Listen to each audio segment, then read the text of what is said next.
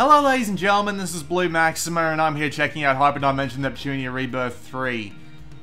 This is a very, very lewd title screen. I don't think it's gone this lewd in the Rebirth trilogy so far, so that's interesting. So, have a look at the config menu real quick, just so people know that the English and Japanese are still an option here. For some reason though, as always, they don't voice absolutely everything, they only voice specific parts. And it's just weird, because one cutscene they'll have voice acting, and then the next cutscene it won't be there. I know it's exactly the same across all three Rebirth games, so it's not a surprise. It's still disappointing though. And you've got your other options here, but nothing we really need to worry about right now. So we're just going to hit continue.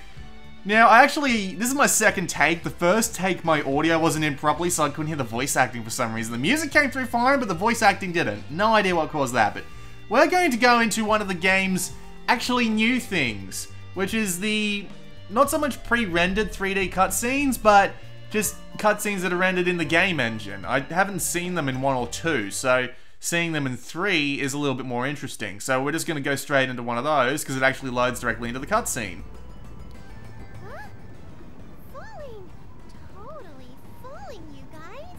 But I mean, this always happens, so I'm used to it. Something like this won't make me panic. Still, I've been falling for a while now. We're reaching uncharted territory with this flight length. This velocity is no joke. Wait, I'm sensing that I might be in danger. That's bad, isn't it? It's super bad news bears, right? Ah, what do I do? Hey, wait. You walk so fast. You're just slow. That's why I said you should stay behind instead of come with me. But I really wanted to go with you. Huh? What are those ant-like blobs? Girls? A pair of girly girls? Wow, my experience as a faller speaks volumes. It's awesome that I can make them out from way up here. Or is it my eyesight that's awesome? If I were up to bat, would I be able to count a baseball stitches? Wait, I don't care about that right now. I'm falling fast and my current landing trajectory is... Snap! Move, move, move, move, move! Huh? Hey, what are you spacing out for? I'm kind of in a hurry, you know. Yeah, I know, but... But what? Well, I wonder how I should put it. Jeez, you're such a flake. Spit it out already. Well, up in the sky, there's a person. Person in the sky? You're so hard to get sometimes. Well, I think it's more like... the person is... falling? What? We're out in the middle of nowhere, so how and why would someone fall out of the sky? The thing is, Noir... Well, at this rate, you're I'm... Move, move, move, move, move, move, move, move, move! Huh? Ah! Wowee! What a loud crash! Ouch! Man, that was scary. That had to have shaved a few years off my life. Oh, you're still alive. Are you okay? What's up? Oh, nah. A fall like this is nothing. I'm what you'd call a seasoned skyfaller. I mean, I can't lose my memory every single time I fall from the sky. Whoa. A seasoned skyfaller. But, Noir is... Oops. Sorry to freak you out. I'm Neptune. Nice to meet you. Huh? Oh, I want to introduce myself, too. I'm Plutia. It's nice to meet you. Cool. That name totally sounds like something a magical girl who loves takoyaki would have. What's a takoyaki? Never mind. Plutia, huh? Too many syllables for my taste. How about I call you Plutie? Oh, okay. In that case, let me give you a nickname, too. I like... Neppy. Nice one, Plutie. By the by, where are we? I don't know if I've ever been here before. Here? This is Planetune. It was chartered just a little while ago. Planetoon? Nuh-uh. I know Planetoon like the back of my head. And that stuff about it being new or whatever is wrong. What? Really? I'm telling you the truth. Oh, sure. This is some kind of hidden camera reality show thing, isn't it? You picked the wrong girl to play a prank on. Ain't no way you'd be able to trick Planetoon's CPU. Whoa! Your CPU? I had no idea that you're Neptune's CPU too. Allow me to reveal my true identity. Wait, two? What do you mean? I'm Neptune's CPU too. We can be CPU twins. Really? Wow! What a coinky dinky. I never would have thought I'd land next to another, but How long are you gonna chat while sitting on? Alright, yeah, that's enough of that. So we're just gonna skip the rest of this cutscene. So it's basically the same sort of voice acting, dubbing, light humor focused plot that Neptune is pretty well known for at this point, especially with the first and second games. But there is one notable aspect that's actually quite different.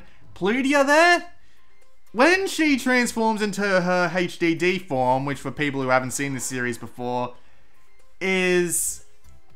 best way to describe it is a very, very scary succubus. And unfortunately, most of her scenes aren't voiced, or at least so far. I've played for about 4.5 hours at this point. Most of her scenes aren't voiced, so you don't get to hear any of the crazy crap that she does. It's really, really strange. There's a lot of references to things like groping and things being done behind closed doors that leave poor Noir broken, and that was at the 4.5 hour mark. But anyway, we're going to load back into my 4.5 hour game, and we're going to actually play the game, because I'm up to chapter 3 of, I believe, 10 at this point, and there's a fair amount of things to do at this point, and I've basically, yeah, I know this game well enough, because it's pretty much the same as Rebirth 1 and 2, but we'll get on to that. So, you got items, obviously, you've got equipment, also obviously, that you can change for stat bonuses. You've got skills, you can change their combos in order to give them more moves in any particular chain, and you can also give them EX finishes, so when they've got enough SP is actually different in this game, so when they've actually got enough SP, they're capable of doing EX finishes, and they can also do special moves. Like, for example, here, you've got Fancy Rain, which is actually a really good SP attack, Cross Combo, and Lace Ribbons. SP in this game is actually acquired by attacking instead of just being there and healing up at the very end of every battle, which is not at the end of every battle, but every time you come out of the dungeons, which actually I can't remember if that was the way it worked in the previous games, but it feels weird in this game, so I'm gonna hedge my bet on it being new. It's not that big of a deal, I can explain it later.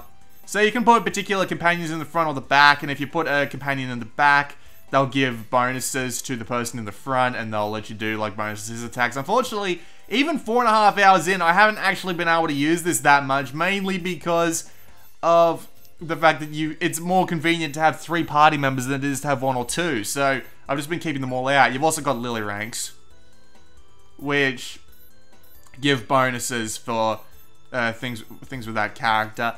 It isn't like Hyperdimension Neptunia U, where you can have like little unique discussions between them when they get to a high enough level, which is a little disappointing. You can also change your formation, but I find that to be relatively unnecessary. So you got your status, so obviously you can come here and check your stuff.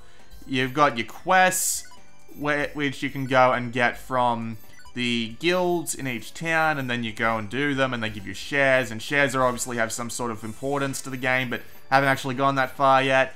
Plans are a part of the Rebirth trilogy, where if you develop them, you can have things like, for example, weakened enemies or stronger enemies, or you can draw big eyebrows on the 3D models for some reason.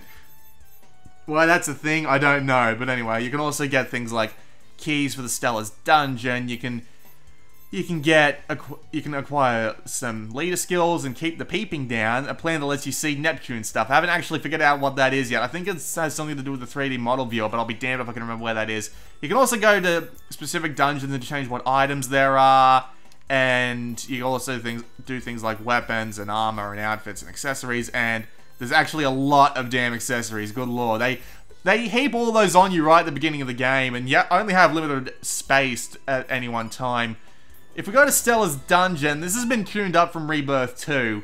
So, obviously the whole interface of it is a whole lot different. But the idea is you send, what's her name? Stella. Shit, God, that's so obvious. You send Stella out to scout dungeons, and she brings back stuff for you and her. She brings back both... Ooh, golden axe. Nice reference, guys.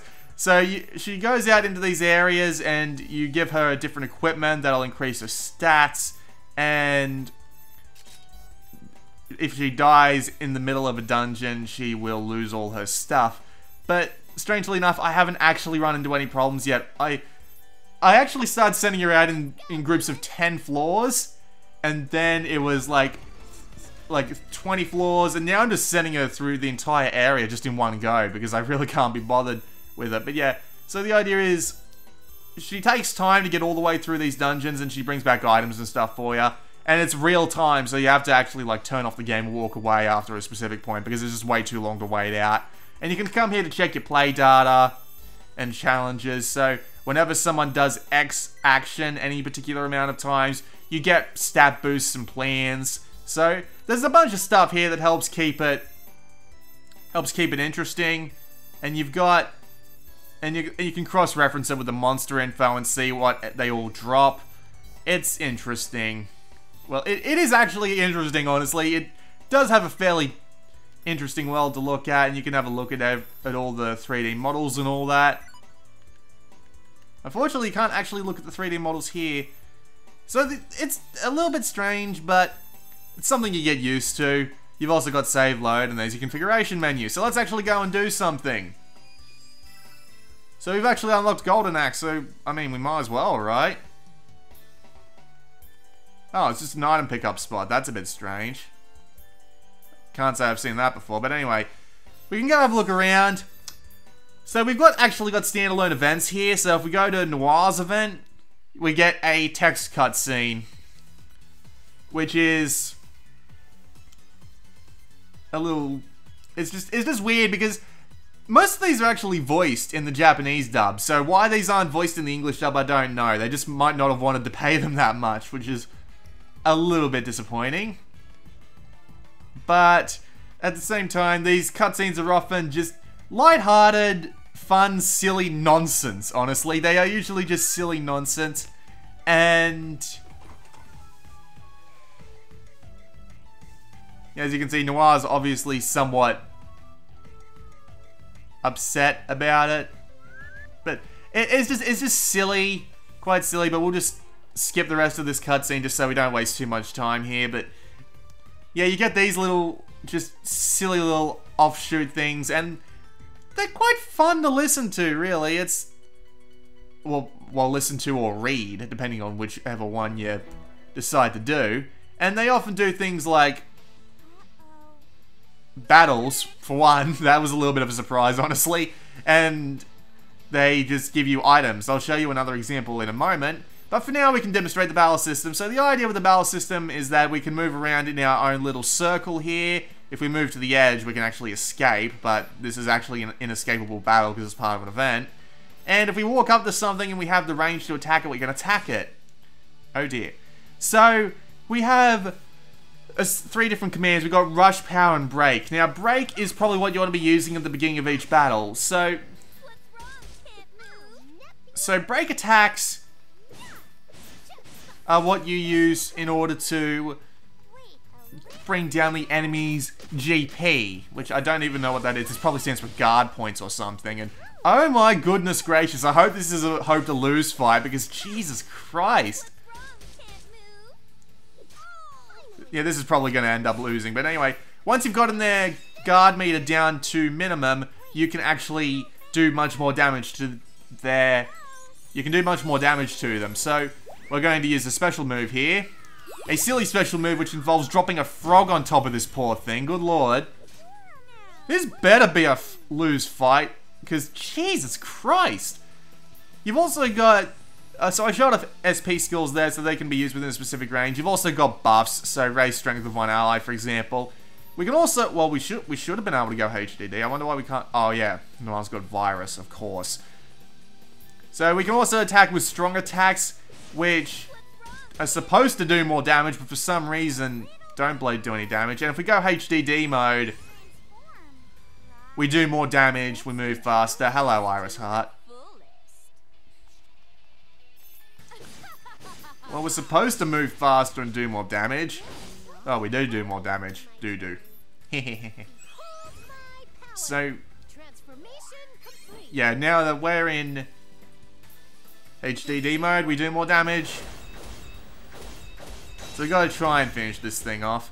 There are also these drive moves, EXE drives, which I haven't actually unlocked yet, that are basically really strong attacks. It's all fun. It's an interesting enough battle system. It's just, this is Rebirth 3, and Rebirth 3, well, we've seen this all already. So, my dog's going off. We've seen all of this already in Rebirth 1 and 2, so it's just a little bit strange to see it again in Rebirth 3. And there is a bit of an issue with it as well, because they repeat the same dungeons again, and they repeat the same...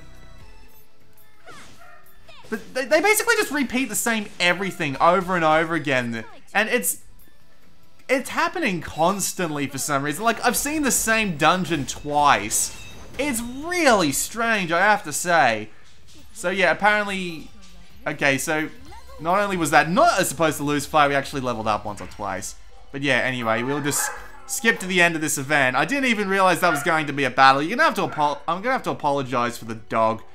Don't know why she's being so loud. She's annoying like that sometimes, but yeah, so that's what events lead up to. That actually hasn't happened to me yet. I'm sorry, that kind of caught me off guard. We've also got disk development, which lets you take chips that you find in the game, and then, as you can see, they do specific things, and when you've burned them to the disk card, you can then give them to your CPUs, and they'll have things like that happen. And then we've got just more events here, and they've also got these text events here, which are like, yeah. Yeah, that's kind of showing something. We've also got Nep Station, which is actually pretty new. Or at least as far as I remember, this is new. This goddamn dog needs to shut up, or I'm gonna have to kill it or something. But anyway, this is just another cutscene style of thing, another text cutscene. But at the same time, it's just a new planetary standard called the Nep. I don't know why that's a thing. But anyway, 1.1 Nep. Yeah, based on the height of the CPU.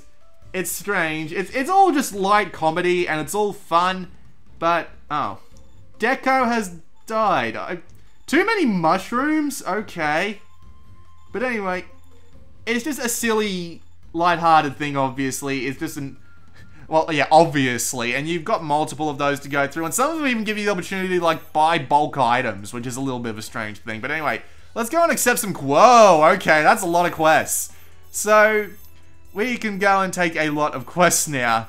And some of them are repeatable, some aren't. If they've got RE next to them, they're repeatable. And as you can see, those ticks there means I've already done those ones. But so we're just going to continue getting all the quests.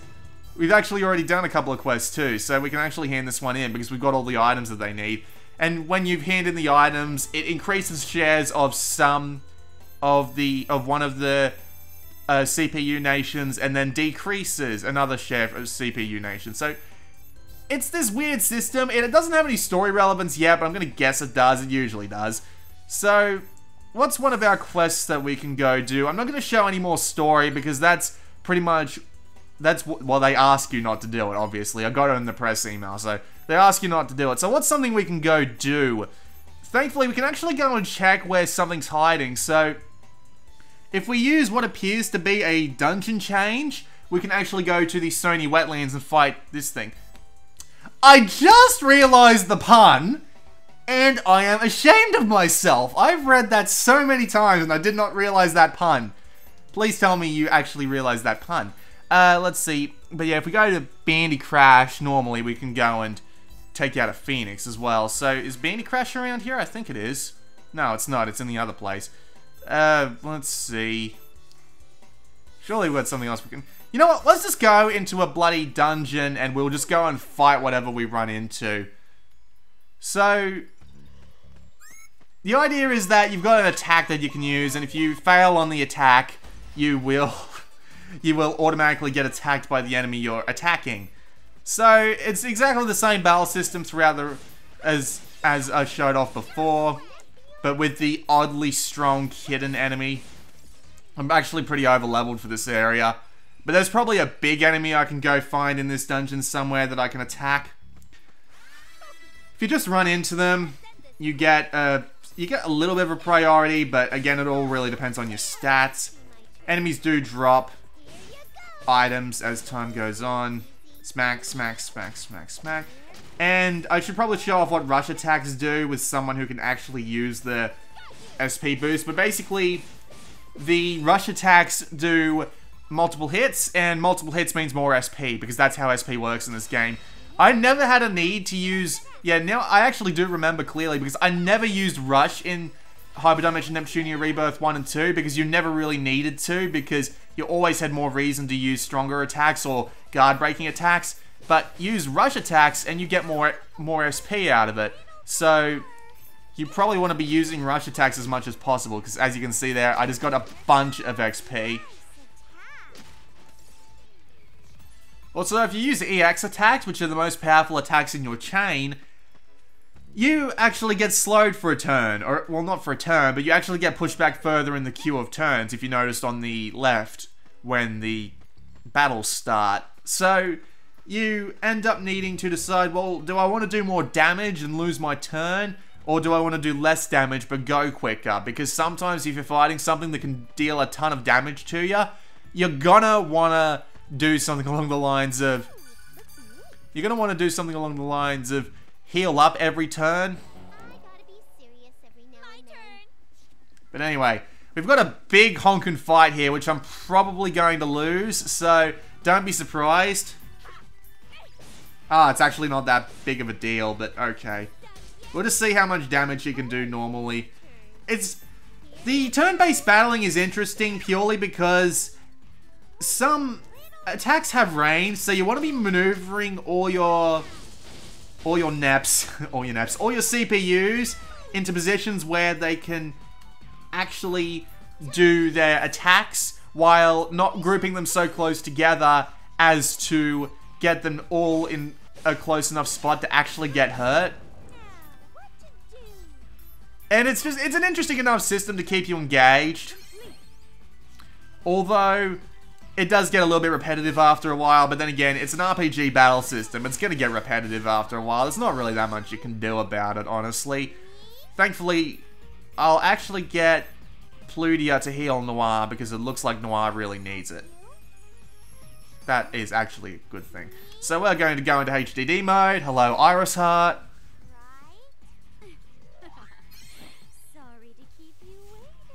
Iris Heart's adorable, but absolutely horrific. So let's just do our SP move again. So, the battle system in this game is enjoyable, as I said before. It just gets repetitive after a while. Thankfully, the plans and the ability to change up your team and of course grinding to do and all sorts of other silly things you can do to improve your performance and make accessories and all that keeps the game relatively interesting to play throughout the game.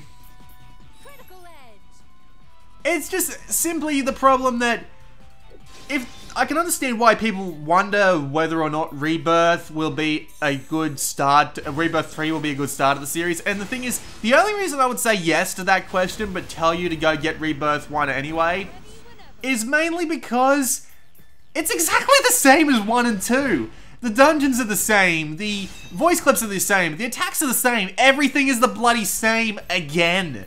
It's really strange. Like, the amount of resource recycling they used across this whole trilogy is nuts. Like, I've actually been in the same dungeon twice. It's kind of ridiculous in this one game. And that same dungeon was already used in the same dungeon was already used in the previous Rebirth games. I don't understand why everything repeats so much. It's so strange, but anyway. It is a good game. It's just everything repeats across the trilogy so much that if you've played Rebirth 1 and 2, you liked them and you weren't bored of them, obviously you've probably already gone and gotten 3. But if you've gone and if you didn't like Rebirth 1 or 2, you're probably not going to like 3.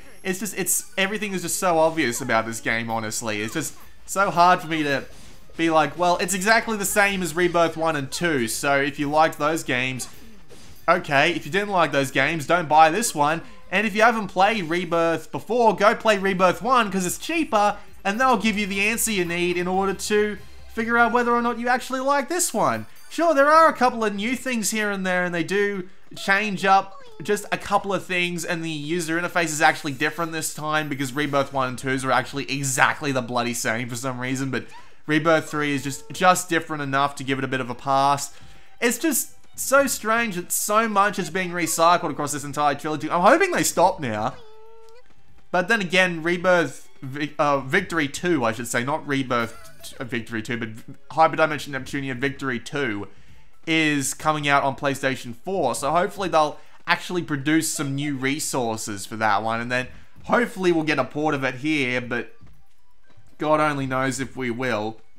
There is one new collectible you can get in the field, which I am trying to find, but sometimes they can be kind of hard to find because of the fact that they're mostly invisible and kind of hard to see until you get close to them. But we'll see if we can find that before we get into some more battles that I am probably grossly overpowered for. I can't remember for the life of me exactly what dungeon it is that I have to go to next. I think there's some sort of story event going on where I need to go to a specific point in the in the game world. But yeah. God, I can't really see him, but there is one new collectible that they hide. Oh god, I got attacked from behind. There is one new collectible in the form of jumping blocks where you literally just jump into them and they give you extra money and stuff. See, I'm so overpowered at this point that I can basically just rip through these and not take any damage in these battles whatsoever. It's kind of dumb. But yeah, I should probably go to another dungeon. Maybe go fight another big enemy. Yep, there's a little bit of a reference for ya.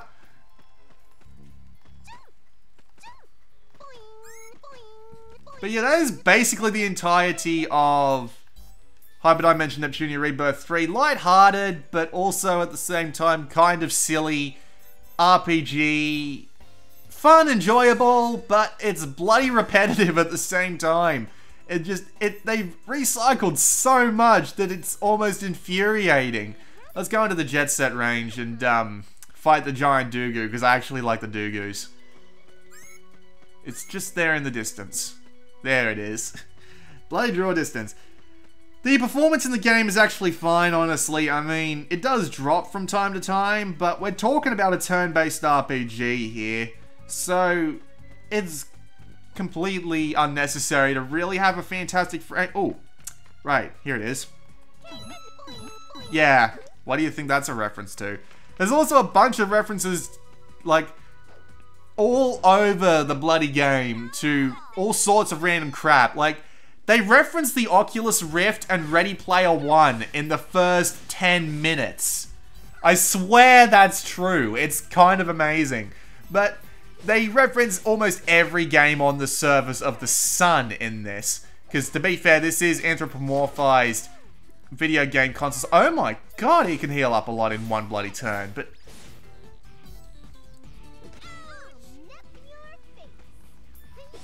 so yeah, there's references to absolutely everything, and of course, all of the girls are references to some part of the video game sphere. So Noir is obviously meant to represent PlayStation. Vert, who hasn't been introduced yet, is obviously Microsoft because, oh my god, that's a lot of damage. Right, I'm probably going to end up losing him purely because this thing can heal like 5,000 HP in one bloody turn without even trying, and I cannot do that much damage in one freaking turn. So, this will just be a demonstration of the game, which I've already demonstrated. There's probably some way to block it from healing, but I'll be damned if I know how to do that at this point in the game. But yeah, not much else to tell you about Hyperdimension Neptunia, except it's almost exactly the bloody same as every other game in the series. So, if you like all the other games in the series, yeah, I can't beat this thing. I really can't, so I'm just gonna beat the living bejesus out of it until it dies.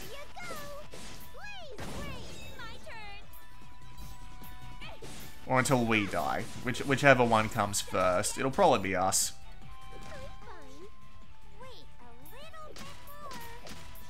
I might as well show the game over screen, because the game over screens in this game in these series are actually pretty entertaining, because they actually have a sort of canon continuity to them.